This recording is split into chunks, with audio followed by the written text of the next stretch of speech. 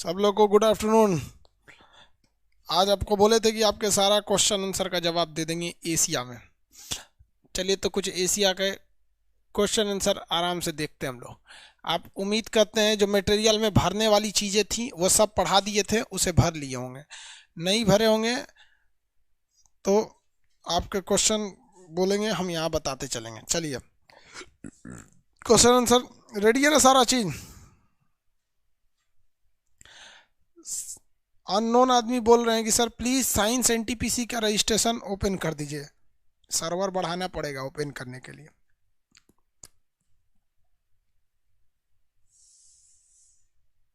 Sir India को UK ने अपने 45 ट्रिलियन यूएस डॉलर मांगने चाहिए। अरे भैया ये सब पॉलिटिक्स वाला हो जाएगा, वो देगा।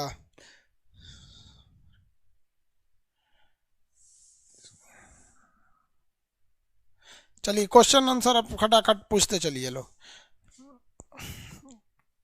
जो प्रॉब्लम है वो पूछिए, जो नहीं भर पाए थे। जो बैच आएगा हम आपको बता दें।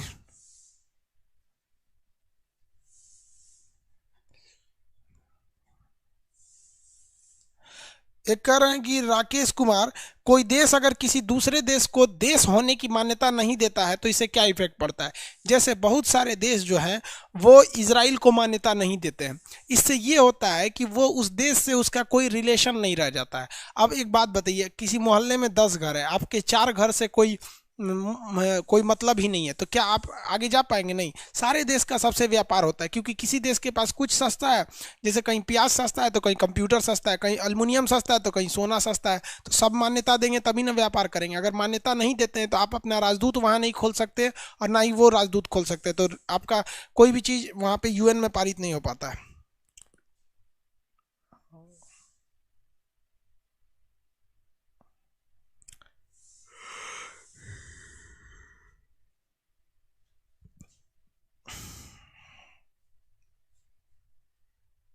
आगे पूछिए।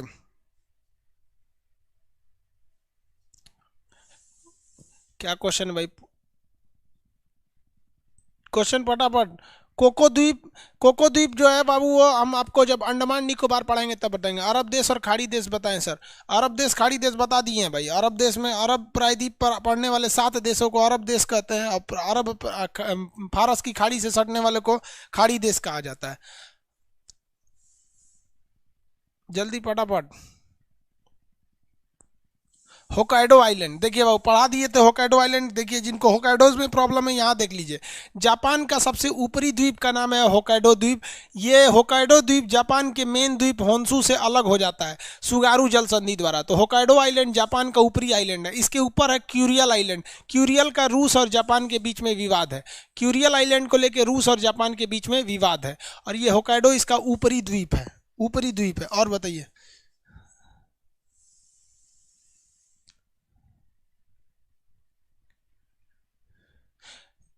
चांदनी कुमारी कर रही है मुंगेर इशू पे सर वीडियो बना दीजिए। भाई देखिए बिहार में चुनाव चल रहा है अभी, ये सब चीज़ों पे जानते हैं क्या होता है, बाइस थिंकिंग होने लगती है यहाँ पर। चुनाव में कौन जीतेगा कौन हारेगा कोई ठीक नहीं रहता है इस सब में, इसलिए चुनाव वाले चीज़ में एंट्री नहीं करना चाहिए, समझे? छीछा लेदर हो जाता है यहाँ पर वीडियो। देखिए हिंदुस्तान में क्या होता है ना कि सब लोगों की एक कैटेगरी है मानसिकता की, हम यही सोचेंगे और हम इस पार्टी को समर्थन देंगे। आप उनको सर काट के दे दीजिएगा, वो अपनी थिंकिंग और जिस पार्टी के वो फेवर वाले हैं उससे हट के नहीं आ सकते। इसलिए ये सब चीज़ों से थोड़ा बच के रहना चाहिए। लेकिन मुंगेर में जो घटना हुई वो बहुत दुखद घटना थी, क्योंकि भीड़ जो थी वो इतनी ज़्यादा नहीं थी कि आप गोली चला दीजिएगा। लाठी चार्ज करने तक तो भाई चलिए भाई, लाठी आपने मार दिया, किसी की जान ले ली, खोपड़ी फोड़ दिया, इतना नहीं था। क्योंकि अगर आपको भीड़ से ही प्रॉब्लम है तो देखिए चुनाव में कितनी भीड़ है। ये सब चीज़ छोड़िए, अब आते हैं हम लोग किस में, मैप वाले टी पे। जापान के पास अपनी सेना नहीं है। हाँ बाबू, जापान के पास अपनी सेना नहीं है, यूएसए और उसकी दोनों सेना मिलकर काम करती है। वो जापान सरेंडर कर दिया था जब। मिनीमाता क्या है भाई? देखिए जापान का निचला शहर का नाम है मिनीमाता। Very good. जापान का निचला शहर का नाम है मिनीमाता। यहाँ पारा यानी मरकरी से एक बीमारी फैल गई थी। जैसे चमगादड़ से कोरोना फैला ना, लोहा से सिरोसिस फैल जाता है, मुरझाए हुए लोहा से टिटनस हो जाता है, वैसे ही पारा यानी मरकरी से मिनीमाता नामक रोग फैल जाता है। पहली बार इस बीमारी को मिनीमाता शहर में देखा गया था, इसलिए उसका नाम मिनीमाता हो गया। लेकिन पहली बार कोरोना को वुहान में देखा गया तो इसका नाम वुहान वायरस नहीं हुआ। यह चाइना का दबाव था। अगला क्वेश्चन। ताइवान सार्क में कैसे आएगा भैया? ताइवान तो ईस्ट एशिया में है।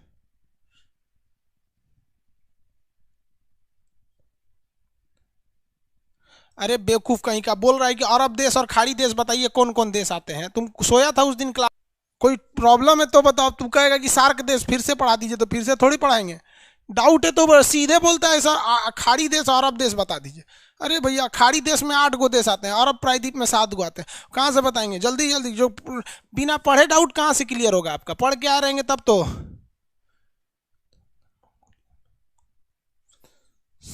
देखिए एक आदमी का क्वेश्चन है, सर कजाकिस्तान और मंगोलिया में कौन स्थलबद्ध है? दोनों स्थलबद्ध है, कजाकिस्तान भी स्थलबद्ध है, मंगोलिया भी स्थलबद्ध है। मंगोलिया छोटा है, कजाकिस्तान थोड़ा बड़ा है।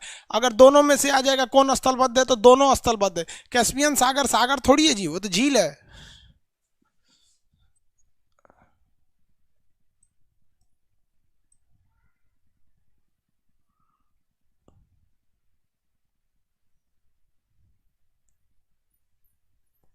मकाऊ क्या है सर?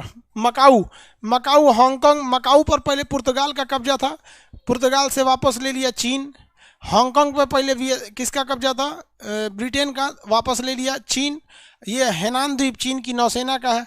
कोबाने शहर, सीरिया में एक शहर है कोबाने, सीरिया का एक बहुत बड़ा शहर का नाम है कोबाने। अब तो बर्बाद हो गया, आतंकवादियों ने उसको क्या कर दिया, बर्बाद कर दिया कोबाने को, पूरी तरह से चौपट करके बर्बाद कर दिया। इजिप्ट अफ्रीका में।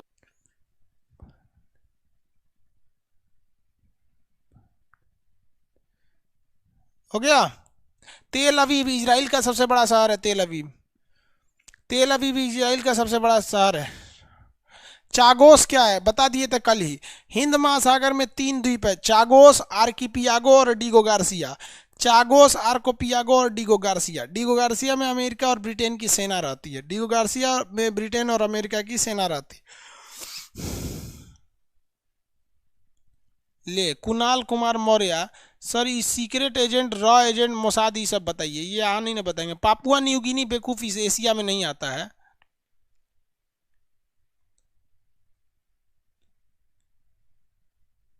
यूनाइटेड अरब अमीरात को मिलाकर यूएई बन गया। कोई पढ़ के नहीं आया, सीधे सीधे क्वेश्चन पूछ रहे हो लोग। चलो हम आगे स्टार्ट करते हैं। हम एशिया में जो बचा है हम बता देते हैं। पढ़ के यही नहीं, लोग क्वेश्चन पूछ रहे हैं। एक तो कह रहा है कि सर मेरे मटेरियल में भरने वाला दिया ही नहीं है। मटेरियल में अच्छा से पढ़ोगे तब ना समझ में आएगा भरने वाला दिया है कि नहीं दिया। यहाँ देखिए भाऊ, ये एशिया महाद्वीप है। एशिया महाद्वीप में रूस नहीं आता है, रूस अफ्रीका में आ जाता है। यहाँ एक नदी है जिसका नाम है यूराल नदी, और वहीं एक पर्वत है यूराल पर्वत। यहाँ पर कैस्पियन सागर झील है। ये झील कौन सा है? कैस्पियन सागर झील है यहाँ।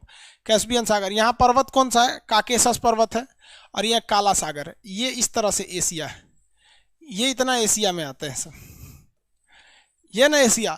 सबसे ज़्यादा प्रॉब्लम कहाँ होगा? एशिया जब अफ्रीका से, 2 ही कॉन्टिनेंट से टच करेगा यहाँ पर ज़मीन से, एक अफ्रीका से एक यूरोप से।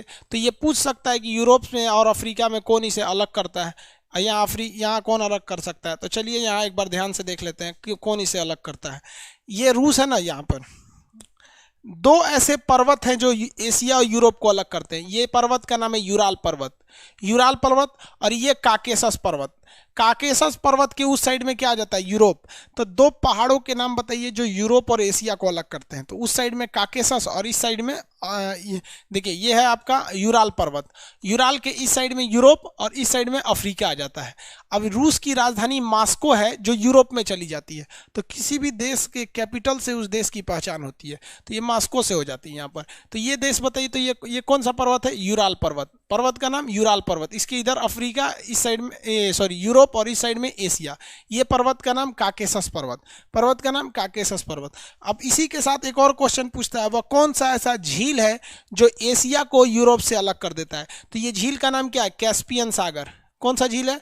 कैस्पियन सागर। वह झील जो एशिया को अलग करता है अफ्रीका से, कैस्पियन सागर। वह 2 पर्वत जो अफ्रीका और एशिया और यूरोप को अलग करते हैं। तो एक काकेशस, यूराल पर्वत और काकेशस पर्वत। कंफर्म? इतना में कोई दिक्कत नहीं है। आगे बढ़े। अगला देखिए। अब पूछता है समुंदर कौन है जो यूरोप को अफ्रीका से अलग, एशिया से अलग करता है? समुंदर से भी क्वेश्चन पूछ देता है कि कौन सा समुंदर अलग करता है। तो काला सागर। समुंदर का नाम क्या है? काला सागर। ब्लैक सी, वो भी दिखा देते हैं आपको। देखिए बाबू, अगर समुंदर की बात, झील की बात करेगा तो कैस्पियन सागर, झील की बात करेगा कैस्पियन सागर, लेकिन समुंदर की बात करेगा तो काला सागर, और यहीं पर एक छोटा वाला मरमरा सागर। तो दो ऐसे सागर हैं जो एशिया को यूरोप से अलग कर देते हैं, काला सागर और मरमरा सागर, काला सागर और मरमरा सागर।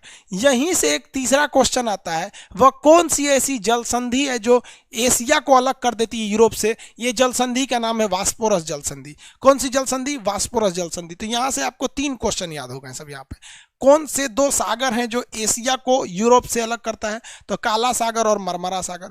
कौन सी जल संधि अलग करती है? तो वास्पोरस जल संधि। कौन सा झील अलग करता है? तो कैस्पियन सागर झील। कौन 2 पर्वत अलग करते हैं? तो काकेशस माउंटेन और यूराल माउंटेन। काकेशस और यूराल माउंटेन क्या करते हैं? अलग करते हैं। समझ में आ रहा है कि नहीं आ रहा इतना? और क्या क्वेश्चन पूछना? वास्पोरस, हाँ।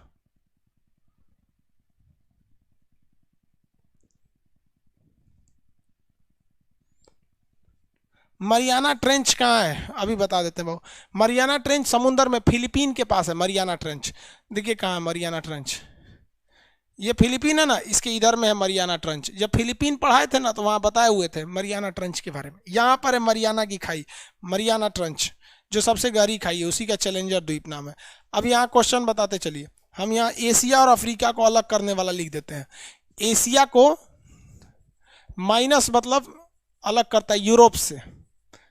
आंसर देते चलिए, हम यहाँ लिखते चल रहे हैं। आपके मटेरियल में भी आप भर सकते हैं। कौन सा पर्वत अलग करता है? आपके मटेरियल में भी आप भरेंगे। कौन सा झील अलग करता है? कौन सा सागर अलग करेगा? कौन सी जल संधि अलग करेगी? वह कौन सा देश है जो दोनों के बीच में आ जाता है? कौन सी नदी अलग करेगी? ये 6 के आंसर चाहिए। इसमें किसी को प्रॉब्लम है तो उस नंबर को बताइए जिस प्रॉब्लम है। यहाँ पे देश में हो जाएगा तुर्की। देखिए नदी में कौन सी नदी? यूराल नदी, यूराल। देश में टर्की। जल संधि में वास्पोरस। सागर में बोलिए काला सागर और मरमरा सागर, मरमरा सागर। झील में कैस्पियन सागर। पर्वत में यूराल और काकेसस, काकेसस, काकेसस पर्वत। हो गया, यहां तक में याद रहेगा। एशिया को यूरोप से अलग करने वाली ये सब चीजें।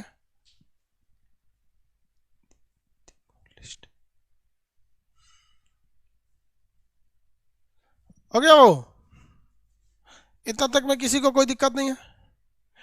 लिस्ट का विवाद किस देश से था? इंडोनेशिया से था। याद कीजिए, ये तिमोर लिस्ट याद है कि नहीं? यहाँ पर पुर्तगाल का कब्जा था, जब स्वतंत्र हुआ तो इस पर इंडोनेशिया ने कब्जा कर दिया। उसी को विवाद है, इसी से कहते हैं ये तिमोर लिस्ट। यहाँ पर ये मरियाना की ट्रंच, मरियाना की खाई है। ये यूराल नदी और यूराल पर्वत अलग करने वाले याद हो गए। अपने मटेरियल में ढूंढिएगा कहाँ है, वहाँ भर लीजिएगा आप लोग, अच्छा रहेगा। आगे बढ़ जाए, आगे बढ़े।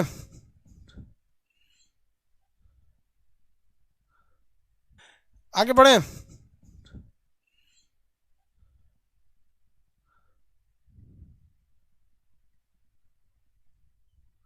यूराल और कैस्पियन सागर। चलिए आगे देखते हैं हम यूरोप के बारे में।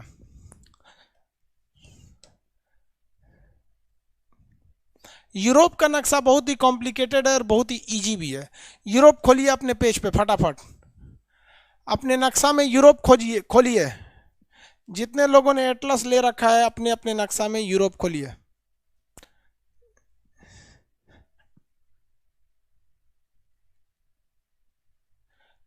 अपने नक्शा में यूरोप खोजिए जल्दी फटाफट, टाइम दे रहे हैं हम आपको।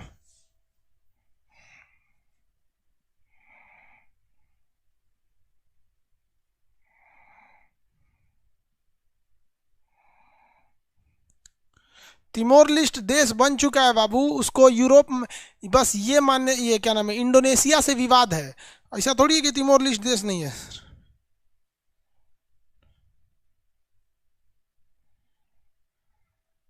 रसिया यूरोप का हिस्सा है, अभी तो बताएं उसकी राजधानी जहां रहती है वहीं होता है।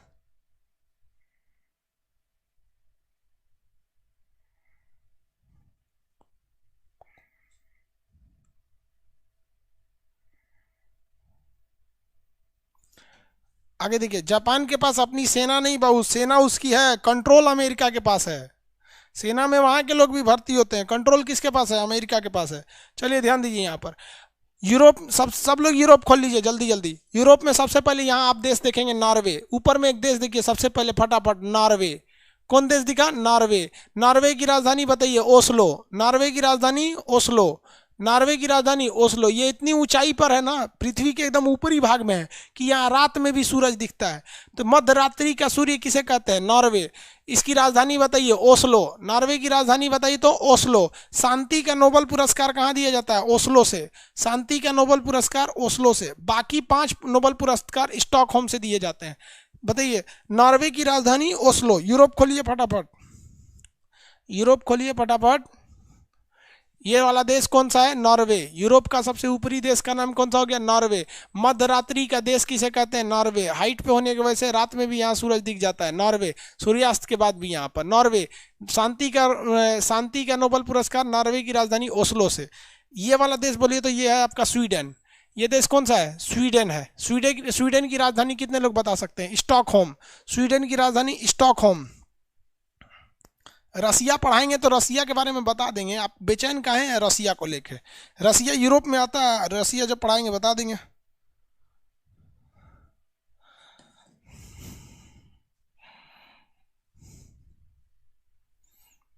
मिंडनाओ, फिलीपीन के पास एक खाई है, मिंडनाओ की खाई।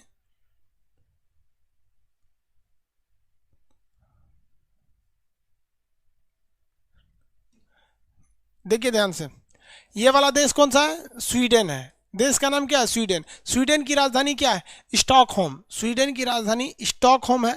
और स्वीडन की राजधानी स्टॉकहोम में ही नोबेल प्राइज को दिया जाता है। नोबेल प्राइज टोटल 6 सेक्टर में दिए जाते हैं, जिसमें शांति का नोबेल पुरस्कार ओस्लो से दिया जाता है, क्योंकि विश्व शांति की पहली बार बात किया था ओस्लो ने। कहा था कि भैया पूरी दुनिया में शांति कायम करना चाहिए, तो ओस्लो से दिया जाता है। बाकी फिजिक्स का, केमिस्ट्री का, बायोलॉजी का, मतलब बायोलॉजी नहीं, चिकित्सा का, मेडिकल का, और ये साहित्य का, इकोनॉमी का, ये सब स्टॉकहोम से दिए जाते हैं। शांति का ये स्टॉकहोम से। अब इधर देखिएगा फिनलैंड। कितने लोग बता देख सकते हैं? फिनलैंड। फिनलैंड की राजधानी कितने लोग बता सकते हैं? फटाफट देख के बताइए, फिनलैंड की राजधानी बताइए फटाफट। अपने नक्शा में देख के बताइए, हम नहीं बताएंगे। फिनलैंड।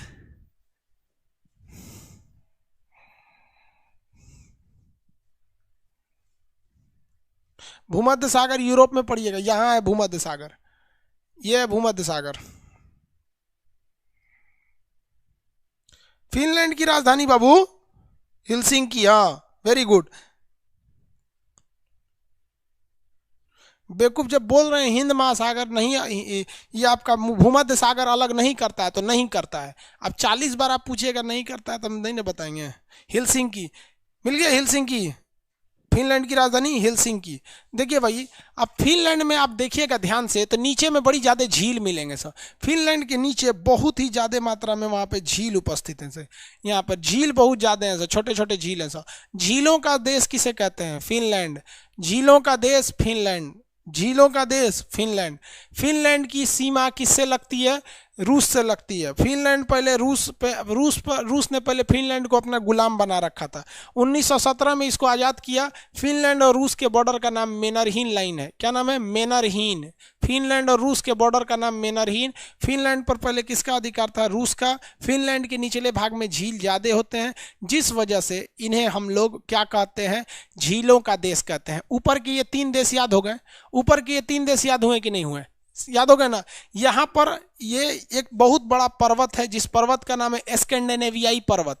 पर्वत का नाम क्या है? स्कैंडिनेवियाई पर्वत। तो इन तीनों देशों में एक पर्वत फैला हुआ है जिसका नाम स्कैंडिनेवियाई पर्वत है, इसलिए इन देश को स्कैंडिनेवियाई देश कहा जाता है। स्कैंडिनेवियाई देश, स्कैंडिनेवियाई देश के नाम से जाना जाता है। क्यों जाना जाता है? जिस तरह से काकेशस पर्वत के कारण काकेशस के 3 देशों को काकेशस कंट्री कहा गया, उसी तरह यहाँ पर स्कैंडिनेवियाई देश कहा गया। किसी को दिक्कत है? क्वेश्चन पूछता है आपका पॉलिटी में कि भारत में क्राइम को पकड़ने के लिए लोकपाल यानी ओम्बड्समैन, लोकपाल को इंग्लिश में क्या कहते हैं? ओम्बड्समैन।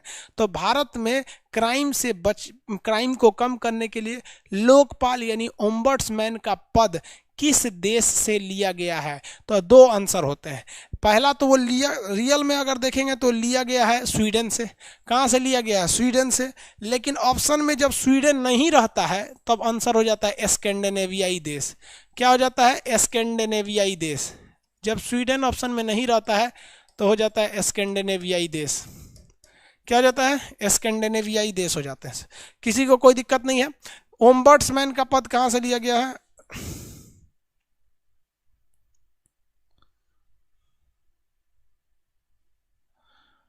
चंदन कुमार, तुर्की और रूस दोनों एशिया और यूरोप वाले भाग होते हैं। सही है बाबू, दोनों एशिया में आते हैं सो, और दोनों का कुछ भाग यूरोप में आता है।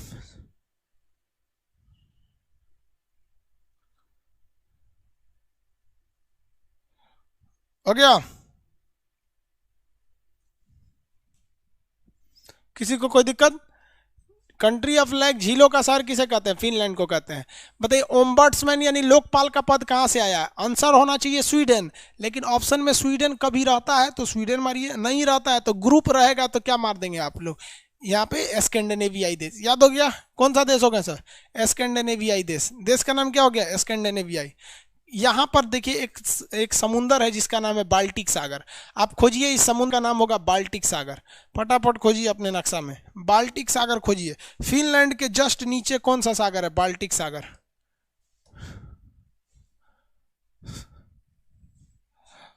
फटाफट खोजिए बाबू।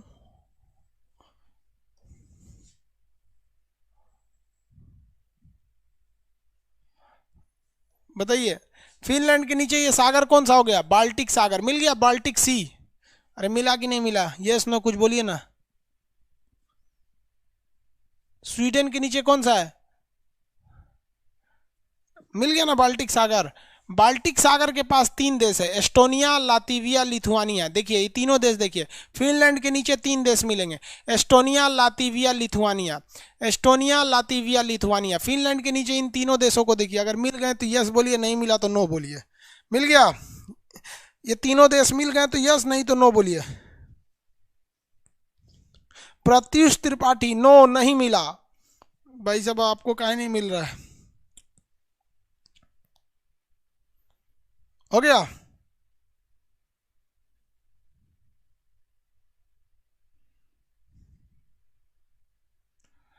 मिल गया बाबू?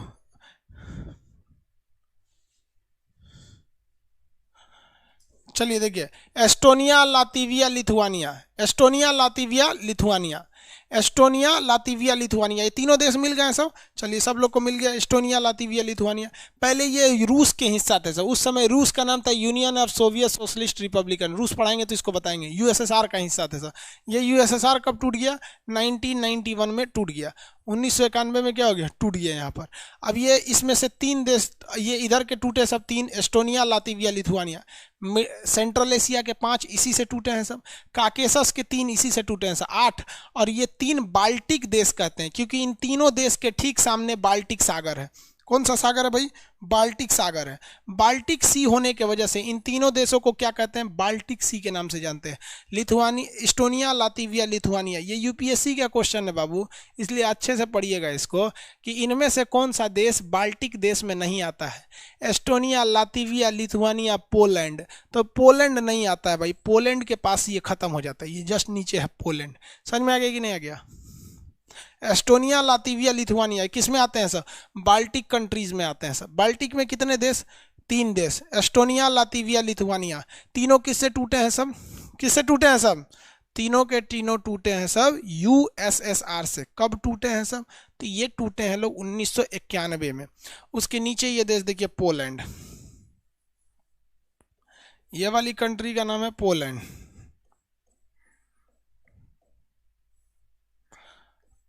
हो गया?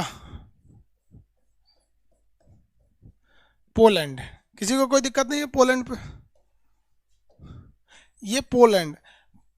कितने लोग बता सकते हैं कि पोलैंड पर कौन से देश ने हमला किया था? पोलैंड पर किसने हमला किया था? पोलैंड मिल गया? आप लोग एटलस नहीं लेके बैठे हैं लोग?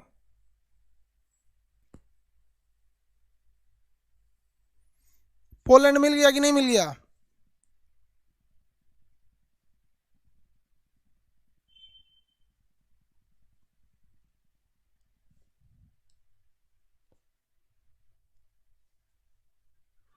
मिल गया। पोलैंड पर हमला किसने किया था? जर्मनी ने किया था। और जैसे जर्मनी ने हमला किया पोलैंड पर, कौन सा युद्ध शुरू हो गया? Second world war. Second world war चालू कर दिया था जर्मनी ने। कैसे? देखिए यहाँ पे जर्मनी चाहता था, ये बगल वाला देश है जर्मनी, बगल का देश ये कौन है? जर्मनी। जर्मनी चाहता था कि पूरे दुनिया पर मेरा कब्जा हो जाए, जर्मनी का हिटलर। लेकिन हिटलर ने क्या किया? फ्रांस को हरा दिया, ब्रिटेन को हरा दिया, इधर सबको हरा दिया था। लेकिन वह चाहता था कि रूस को भी हरा दे। तो रूस पहले यहाँ तक था, ये पूरा का पूरा रूस था, सोवियत संघ, रूस। ये रूस को भी चाहता था कि हरा दे। अब रूस को हराए कैसे? रूस बहुत बड़ा था, इसलिए रूस से उसने समझौता किया जर्मनी ने कहा, ध्यान से समझिए, जर्मनी ने कहा कि हम पोलैंड को हमला करने जा रहे हैं, पोलैंड को हम मारेंगे और पोलैंड को मार के जीत जाएंगे और गिफ्ट में हम तुमको दे देंगे, गिफ्ट में तुमको दे देंगे। तो रूस ने बोला कि ससुरा तुम हमको एगो देश गिफ्ट में देगा तो बदले में हमसे क्या लेगा? तो जर्मनी ने कहा हम बदले में तुमसे अनाज लेंगे, हमको 10 साल का अनाज दे दो क्योंकि तुम्हारे पास तो बहुत ज़मीन है। तो रूस ने यहाँ अनाज पहुँचा दिया और हिटलर ने जर्मनी पर हमला कर दिया। जर्मनी पर हमला कर सॉरी हिटलर ने पोलैंड पर हमला किया और वादे के हिसाब पोलैंड को रूस को गिफ्ट में दे दिया और बदले में रूस से क्या ले लिया? अनाज वगैरह ले लिया। लेकिन जर्मनी तो चाहता था रूस पर हमला करना, इसलिए जर्मनी ने रूस को कहा कि देखो हम अपनी सेना को अब पीछे खींचने जा रहे हैं, इसलिए यहाँ पर बवाल ना हो जाए, तुम अपनी ज़्यादातर सेना को कहाँ उतार दो? जर्मनी में उतार दो, पोलैंड में उतार दो, क्योंकि अब तुम्ही को देखना है। तो रूस भी कहा कि हाँ ठीक है कह रहे हो। रूस अपनी सारी सेना कहाँ उतार दिया? पोलैंड में उतार दिया। जैसे पोलैंड में उतारा, जर्मनी की एयरफोर्स ने उठ के उस पर हमला कर दिया और उसके बाद से दौड़ा दौड़ा के जर्मनी वालों ने इस रूस को मारा था। रूस को दौड़ा दौड़ा रूस की आधी सेना मार दिया था जर्मनी वालों ने। कहा कि चोटा कहीं का, हमको तो खाना भी मिल गया। अब पोलैंड तुमको गिफ्ट में थोड़े देने वाले थे, हम तो पोलैंड तुमको इसलिए लालच दिए कि तुम्हारी फौज जो इधर उधर थी दौड़ा के मारना पड़ता, एक के बार बुला लिए यहाँ पर, अब बुला के अब तुमको कूचेंगे, कूच दिया वहाँ पर। लेकिन जर्मनी से एक गलती हो गया, जर्मनी ज्योग्राफी पढ़ा नहीं था, नक्शा का क्लास नहीं किया था, उस गधा को पता ही नहीं कि ऊपर में ठंड ज़्यादा पड़ता है और रूस के ऊपरी भाग में कोई पहाड़ नहीं है। जैसे भारत के ऊपर में हिमालय है, वो ऊपरी भाग के ठंडी हवाओं को रोक देता है, यहाँ कोई पहाड़ नहीं है, इस वजह से यहाँ से ठंडी हवाएं चली आई। रूस के लोग पैदा होते ही ऐसे ठंड को झेलने के लिए आदी हैं, जैसे राजस्थान के लोग गर्मी झेलने के आदी हैं, कश्मीर के लोग ठंड झेलने के आदी हैं। हम लोग ना ज़्यादा गर्मी झेल पाते हैं ना ठंडी झेल पाते हैं। तो रूस के लोग को तो आदत था और यहाँ से जर्मनी के लोग बेचारे पहुँच गए और हिटलर की सेना यहाँ ठंडा मार दिया, उसके टैंक का पेट्रोल जम गया, सारे लोग वहाँ के सैनिक मारे गए। अब यहाँ पे तो ये जो रूस था उसने यहाँ भाग गया था, साइड में भाग गया था कि रूस को पता था कि ठंड में मर जाएंगे सब। जब ये ठंड में मर गए सब तो यहाँ से चली थी रूस की सेना और रूस की सेना पहुँच गई कहाँ पर? जर्मनी में। और इधर अमेरिका की सेना इधर आ गई थी, इधर से अमेरिका ब्रिटेन फ्रांस तीनों की सेना पहुंची थी, यानी दोनों ओर से फौज पहुंची। इधर से आधी फौज इस साइड से इनकी फौज पहुंची जर्मनी में घुस गई और इधर से किसकी फौज पहुंच रही है? रूस की फौज पहुंच रही है जर्मनी में। अब जर्मनी में हिटलर घिर गया था। हिटलर अपनी पत्नी ईवा ब्राउन को बुलाया और ज्वाइंट सुसाइड कर लिया, दोनों जाके मर गए सब। अब बच गए जर्मनी। हिटलर के तानाशाही का अंत हो गया और जर्मनी को दो भागों में बांट लिया इन लोगों ने। बीच में एक दीवार चला दी गई, बर्लिन की दीवार। बर्लिन की दीवार चला दी गई और इस दीवार के इस साइड वाले जर्मनी पर कब्जा कर लिया रूस और इस साइड वाले जर्मनी पर कब्जा कर लिया अमेरिका। अब देखो भाई साहब बवाल शुरू। ये दीवार गिराई गई 1989 में। अब आप बताइए, जर्मनी आपसे कहेगा कि कब स्वतंत्र हुआ था, तो 1989 में स्वतंत्र हुआ था।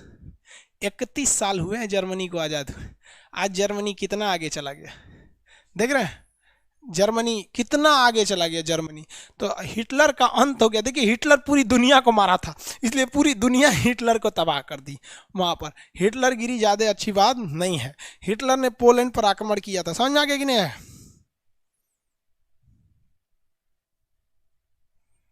वर्साई की संधि वो तो प्रथम विश्व युद्ध में हुई थी भाई। कौन है, अजीत वर्मा है भैया। वर्साई की संधि 1920 में हुई थी, प्रथम विश्व युद्ध में।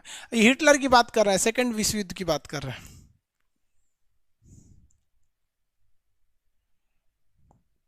पोलैंड के ऊपर रसिया नहीं है, वो कालिनग्राड है, रसिया का एक छोटा सा हिस्सा है, वहां रसिया ने कब्जा कर रखा है पोलैंड के ऊपर। पोलैंड के ऊपर एक कालिनग्राड होगा, वहां रूस ने क्या कर रखा है, कब्जा कर रखा है। जब रूस पढ़ाएंगे ना तो वो बताएंगे, रूस वहां भी कब्जा करके रखा हुआ है। यहां समझ में आ गया। पोलैंड की राजधानी क्या है, वार्सा। ओहो, पोलैंड की राजधानी बता रहे हैं आप लोग, वार्सा, वेरी गुड। हमको लगा वार्साई की संधि बोल रहा है सर।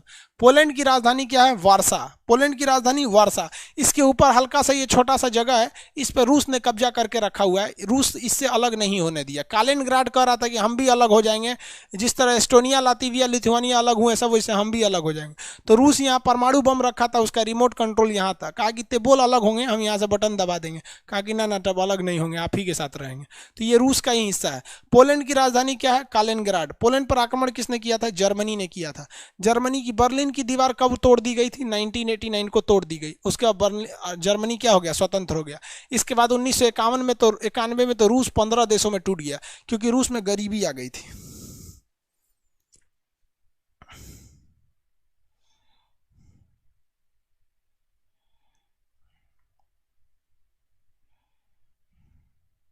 हो गया।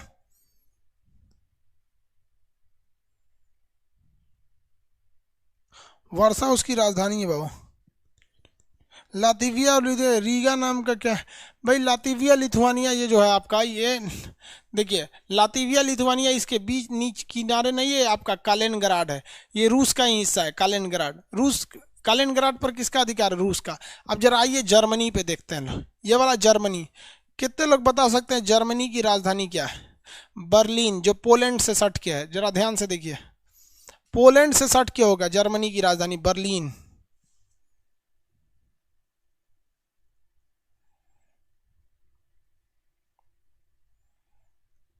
हो गया, जल्दी देखिए।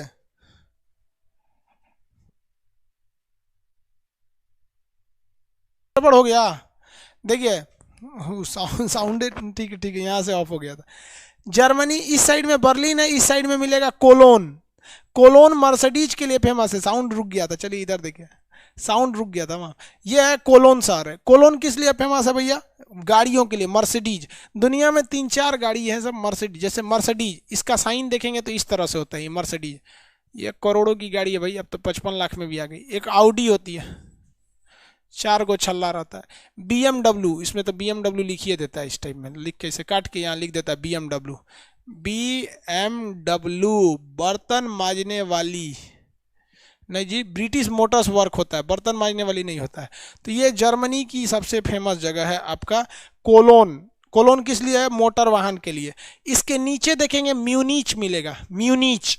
ये क्वेश्चन पूछा हुआ है, म्यूनिच कौन सा जगह मिलेगा, म्यूनिच, जर्मनी का शहर म्यूनिच। कभी कभी क्वेश्चन पूछ देता है ना कि शहर मिलाइए, तो आपको हर देश के बड़े शहर याद रहने चाहिए। बर्लिन नीचे में एकदम मिलेगा म्यूनिच, नीचे में जगह कौन सा मिल गया, म्यूनिच। कौन सा जगह, म्यूनिच मिल गया। जर्मनी के ऊपर देखिए डेनमार्क, एक अलग देश मिलेगा डेनमार्क, राजधानी कोपेनहेगन, राजधानी कोपेनहेगन। जर्मनी के ऊपर डेनमार्क, राजधानी कोपेनहेगन। साउंड अप तो, साउंड तो ठीक है ना,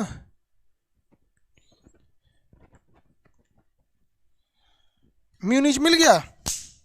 साउंड तो ठीक जा रहा है जी, साउंड ठीक जा रहा है। म्यूनिच मिल गया,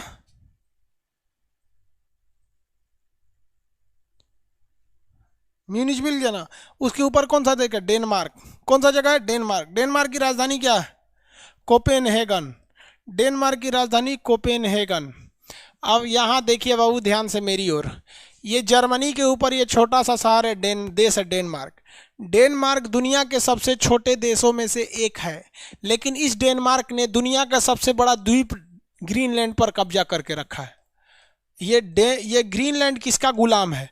डेनमार्क का गुलाम है। देख रहे हैं ये ग्रीनलैंड दुनिया का सबसे बड़ा द्वीप है, इस पर कब्जा किसका है?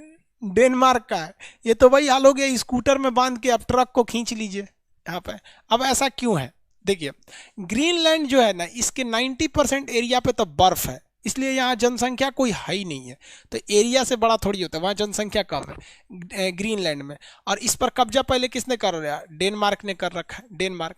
एक क्वेश्चन आता है ग्रीनलैंड से कि दुनिया का सबसे बड़ा द्वीप तो ग्रीनलैंड है, लेकिन कहेगा कि ये राजनीतिक रूप से कहाँ आता है? तो राजनीतिक रूप से ये इस पे यूरोप की राजनीति चलती है, यानी यहाँ से कंट्रोल होता है। लेकिन जोग्राफिकली ये उत्तरी अमेरिका का हिस्सा है। जोग्राफिकली ये किसका हिस्सा है? उत्तरी अमेरिका का। तो वह जगह जो राजनीतिक रूप से कहाँ है? राजनीतिक रूप से यूरोप में, लेकिन भौगोलिक रूप से कहाँ पर है? उत्तरी अमेरिका।